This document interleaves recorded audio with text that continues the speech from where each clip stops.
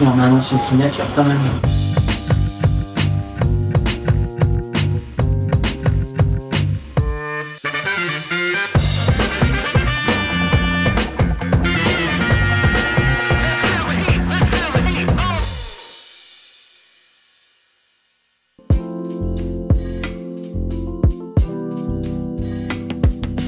Salut! En forme? Ça va et toi? Ça va. Vous êtes bien matinaux? Ouais, on était motivés. À la fraîche. On est bien là. On sait jamais s'il va pleuvoir. Après la pluie de Silverstone, la team Zarco débarque dans les montagnes autrichiennes. Johan est toujours 5e au championnat, mais l'actu de la semaine, c'est surtout son avenir. Prolongera pas, ça va se préciser ces prochains jours. Un peu de patience. Pour l'instant, on est plutôt en mode détente et shooting photo. On va ensemble sous le taureau. On va Ah faire ouais. une petite photo avec Monsieur Lamp.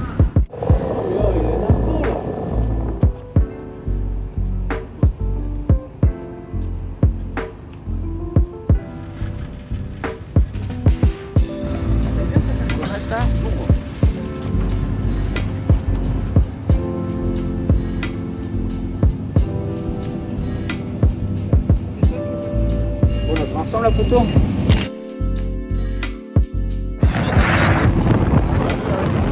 Je recharge.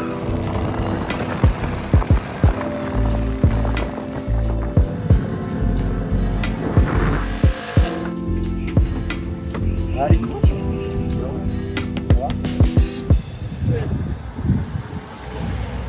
Ouais, c'est bon. No, no, hoy es ligera. Quand il met comme ils ont neuf pour faire le couillon et les petites motos. Et... Non, c'était la Winter Test. Ouais. J'étais fou quoi. Dans l'état qu'elle était. Après, quand il m'a vu, il a baissé la tête. Et là, j'avais engueulé, j'ai dit, prends pas celle-là. Il m'a dit, mais non, ça risque rien. T'inquiète, allez, rentrez mon pauvre. Ici, on va faire partir avec deux qui ont déjà roulé parce que la météo changeante, il vaut mieux qu'ils soient à l'aise tout de suite. Oula. Prépare la Coupe du Monde de rugby. Des cafés s'il vous plaît. Regarde, notre reconversion. Oh, ça me va bien. Allez, c'est parti, on va au bord de piste.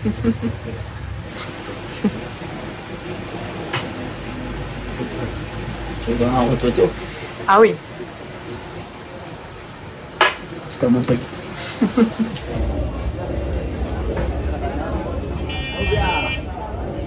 Dans l'après-midi, les interviews du Media Day s'enchaînent. Sur son avenir, Johan répète que l'important pour lui, c'est qu'il va avoir le choix. Prolonger d'1 an seulement chez Ducati, mais avec une moto qui gagne des courses, ou s'engager avec LCR Honda sur une machine qu'il devra développer, mais qui garantit sa place en MotoGP pour plusieurs saisons. Bon, normalement, le jeudi après on roule pas, mais Johan s'est quand même trouvé un petit 2 roues pour profiter du paysage. Ça va faire du bien. Bah ouais, combien de temps là? Alors regarde. 70 km. Ouais. Petit chemin, des maisons bleues, roses. Trop bien. Ça m'a donné envie de regarder le Seigneur des Anneaux. Je me dis c'est le même décor. Ça c'est cool. Ça y est. J'ai basculé. What are your rules? And the closest one has 3 points. Stimmt, oder? Ja, die ersten haben wir 2 Ja. und der zweite ist einer. Wurscht, von einer ist. Maximal können wir 3 schreiben. 3 Punkte maximal. Ah, c'est pas de la plaisance. Okay, okay. Ah, we okay. play Australian rules. Donc quoi, 2 points la plus proche, 1 point la deuxième plus proche. Let's go. One. T'as pas de mental, hein. Ça y est, la compète elle a commencé.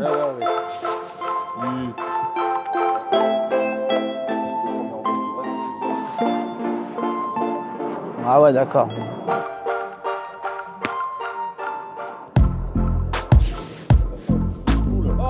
Je te jure, c'est dans la tête, c'est pas possible. Et moi, j'ai l'impression d'avoir bien joué.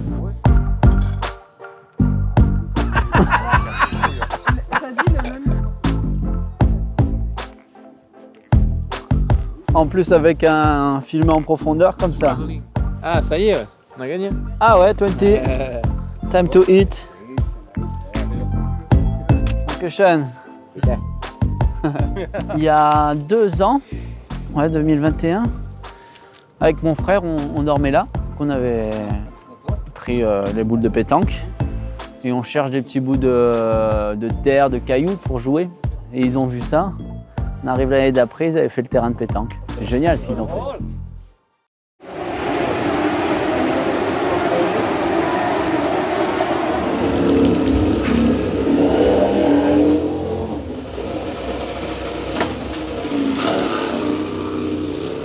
Même si je sais qu'en coulisses, les négociations avancent, ça semble pas vraiment perturber Johan, puisqu'il signe le meilleur temps de la première séance d'essai. Il doit encore confirmer l'après-midi et terminer dans le top 10 pour se qualifier directement en Q2. Il faut donc rester concentré, et pour la première fois, on a pu assister aux exercices de visualisation que fait Johan pour stimuler son cerveau avant chaque session.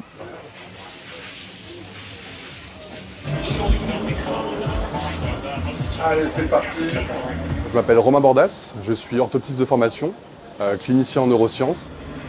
Mon travail est justement d'essayer d'améliorer les performances des cérébrales en fait, des pilotes, notamment Johan. 4, 8, 7, 6. Ouais. Si vous voulez un aperçu de ce que voit Johan dans son casque, rendez-vous un peu plus tard dans cet épisode. Donc là en fait, quand je me déplace, j'ai un casque de réalité virtuelle, j'ai des petites lumières, on fait un peu de jonglage également. Et en fait, grâce au casque, par exemple, c'est d'aller chercher comment le cerveau peut anticiper les trajectoires, comment il est capable d'aller ressentir les profondeurs, comment il est capable de garder une lucidité sous stress, sous fatigue, pour être capable justement d'avoir une action motrice qui sera la plus rapide et la plus efficace possible. 7, 5, 2. Johan a cette capacité surtout à se remettre en question régulièrement, à essayer d'aller chercher toujours plus au fond des choses et à s'intéresser à des choses qu'il ne connaît pas. Donc pour moi, déjà je travaille sur la plasticité. Johan, c'est l'exemple type de quelqu'un qui a envie de travailler, de réorganiser ses neurones et qui a envie d'aller plus loin sur ses compétences cérébrales.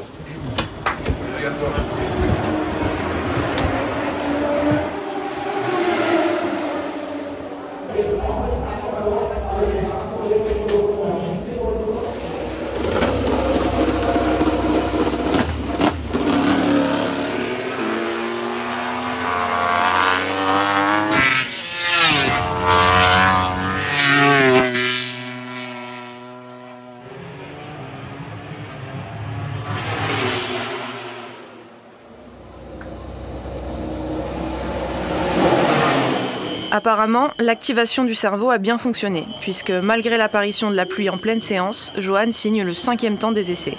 Il pourra donc se battre pour la pole en qualification demain matin.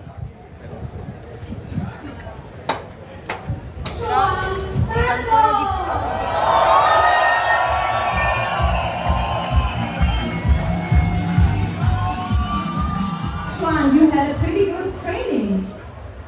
Yeah, 5th position today, so qualifying for tomorrow, straight into Q2, and then you can surf on this good wave until Sunday. So I cross the fingers to find this opportunity. Thank you so much.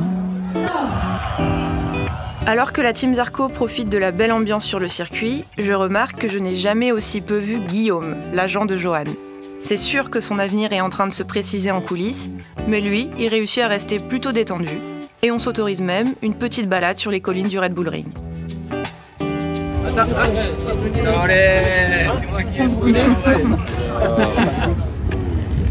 Petit délire par le camping, juste pour voir le peu les vues.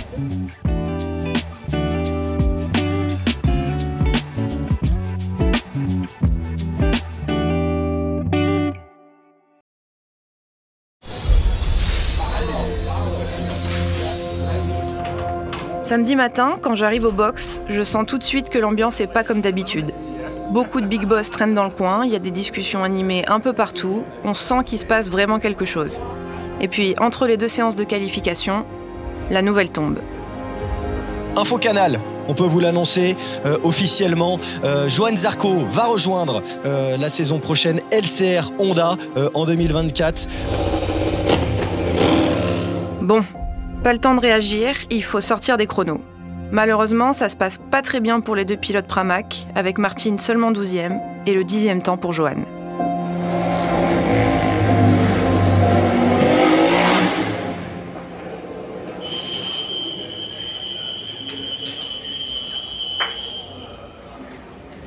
L'annonce de ce matin fait réagir dans le paddock, qui cherche à confirmer ou pas le départ de Johan auprès de l'équipe. Mais encore une fois, lui, il perd pas le focus, puisque la course sprint, elle est déjà là.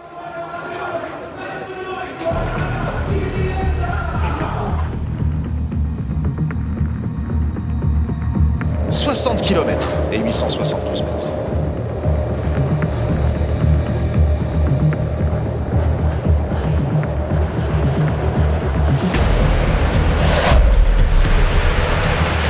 Excellent départ de Francesco Bagnaia. En revanche, c'est un peu raté pour Maverick Viñales. Une nouvelle fois, qui a du mal à partir avec cette Aprilia. Oui, derrière. Martin et Fabio qui va tirer tout droit. Il y a 3 pilotes qui sont tombés. C'est Martin qui a causé le carambolage du départ. Il a poussé Fabio Quartararo et Johan Zarco aussi. Ah bah dites non, alors là c'est la catastrophe pour beaucoup de pilotes.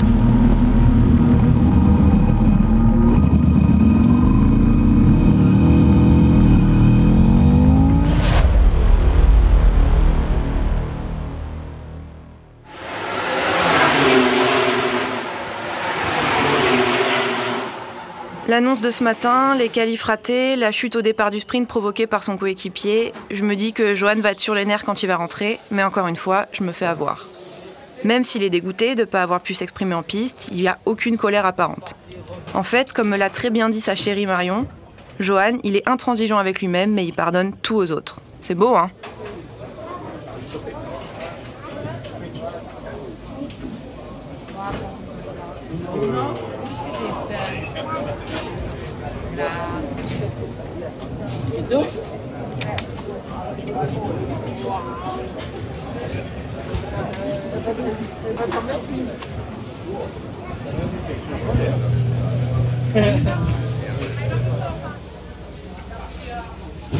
Un samedi un peu compliqué, mais des sensations en course bien pour demain. Du coup, faut rester cool.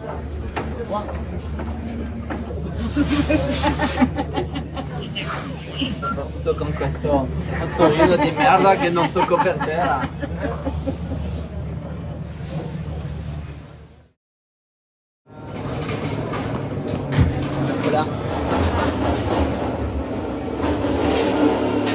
Jour de course. L'avenir de Johan n'a toujours pas été officialisé.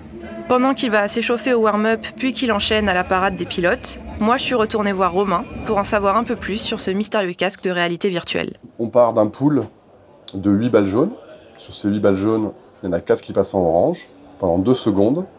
C'est le temps pour lui de les mémoriser, parce que je vais lui demander, c'est de mémoriser les balles oranges quand elles se mettent à bouger. Donc elle repasse en jaune. En fait, le but, c'est de suivre ces 4 balles. Et là, on est dans une vitesse gentille pour Johan.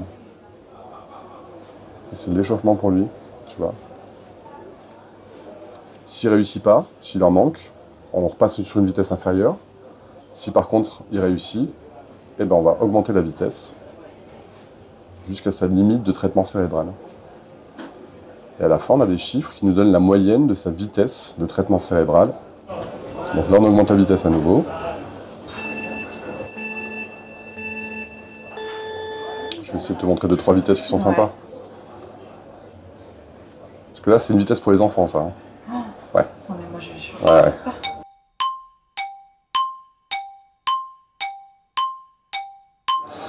2, 6, 7, 8, je crois. Donc il est capable de distribuer son attention aujourd'hui sur plein de choses en même temps. Tout en gardant la priorité sur l'élément le plus important qui est sa direction et sa trajectoire. Bonne sensation ce matin ou pas? Oui, ouais. C'est assez relaxé, plus qu'hier. Ouais. Du coup, ça va. Faut pas se prendre la tête.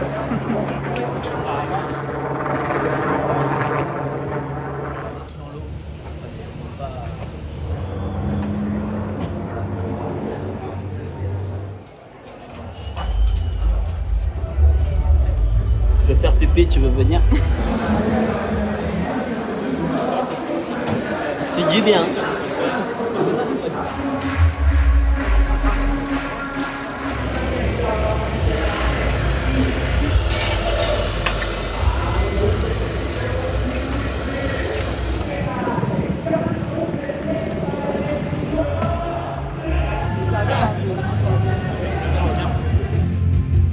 Land am Strome, Landdecker.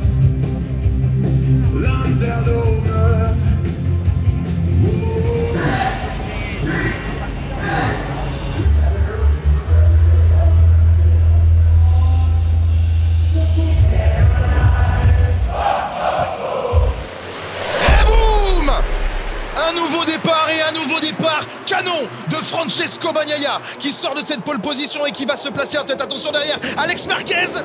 Johan Zarco, lui, il est plus loin malheureusement. Il doit être aux alentours de la 12e place. Il est 13e. Ça commence à chauffer. Bastianini. Et qui va se retrouver en plein milieu. Elia Bastianini. Johan Zarco est passé. En tout cas, ça a le mérite de nous offrir de la bagarre. Johan Zarco devant Elia Bastianini. Alors que Jack Miller fait encore un petit peu le bouchon parce que devant lui, Martin s'envole. Nouveau passage sur la ligne pour les leaders. Il reste 15 tours à parcourir de ce Red Bull Ring. Bastianini, Zarco, c'est pas fini, hein. Allez, Fabio est au contact, maintenant il va peut-être passer devant son compatriote.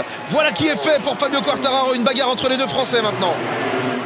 Et voilà, là c'est vraiment du grand art de la part de Francesco Bagnaia. Pecco s'offre sa 16e victoire en catégorie reine. Johan Zarco qui termine à la 13e position. Ça a été un Grand Prix assez difficile. Personne n'a été en mesure de faire quoi que ce soit face à Francesco Bagnaia.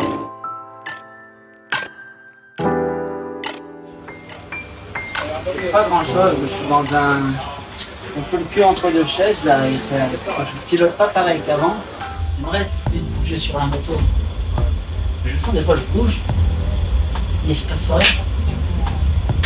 Si tu m'aides, je viens avec toi, si tu vas contre moi, je te dégage. Le temps, je c'était là un petit peu, tu fais chialer, maintenant tu veux pas, je t'accélère pas ça. Genre, on m'accompagne pas quoi. Donc c'est un plus utile, c'est de pas faire un zéro. Vous êtes pris sur les points, tu vas à zéro. T'avances en ton championnat. Ça, c'est... Parce que moi, c'est ce qui me le plus, c'est bon, un zéro. Allez. Flores. Moi j'aime ça, je te compare au début de la saison, je me dis putain c'est un autre joueur. Bah ouais, je suis 4e au Portugal, je suis 13e ici. Bon, ouais. Ça fait pas grand chose, je te jure. On touche rien, il y a des changements sur la moto. Ouais, ça fait rien à voir. C'est cool là d'avoir un peu voulu bouger des choses, c'est hyper dur. Il s'est agacé quand il était 4e, il est 14e, tout va bien. Qu'est-ce que tu veux que je te dise? 13e. 13e. Non, je suis con. 13. Bon, ça va. Honneur quand même. Dans le style presque un peu plus des autres. Ouais. Mais pas encore naturel. Ça me met très loin.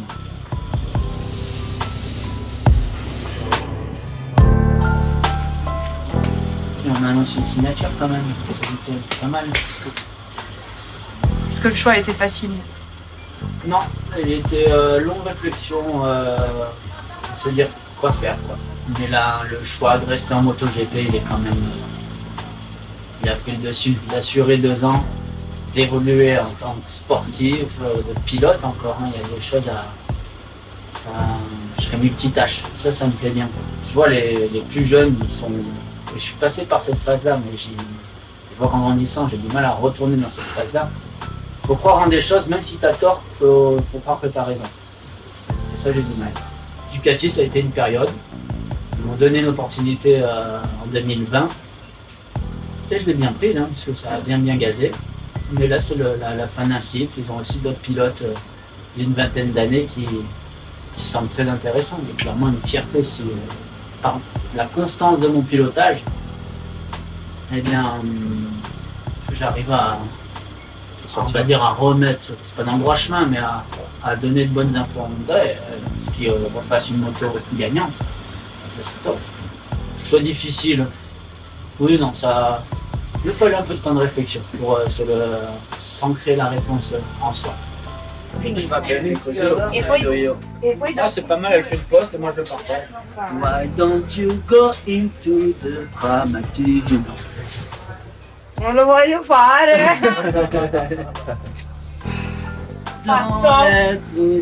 L'ha accettato. No, ti parlerò ancora, stai tranquilla. Ah, je te l'avais dit. Voilà, c'est la fin d'un week-end mouvementé marqué par ce tournant dans la carrière de Johan. Est-ce que le pari Honda va payer? Donnez-nous votre avis en commentaire. En tout cas, ce qui est sûr, c'est que c'est pas la fin de Team Zarco, puisqu'Antoine et moi, on se retrouvera à Barcelone pour continuer à suivre les aventures de toute l'équipe. Allez, à très vite, et on laisse le mot de la fin à Johan. Ça va faire un épisode 7 de ouf. Avec plein de rebondissements. Intéressant quand même. On aurait dû s'arrêter à la pétanque. Je veux dire.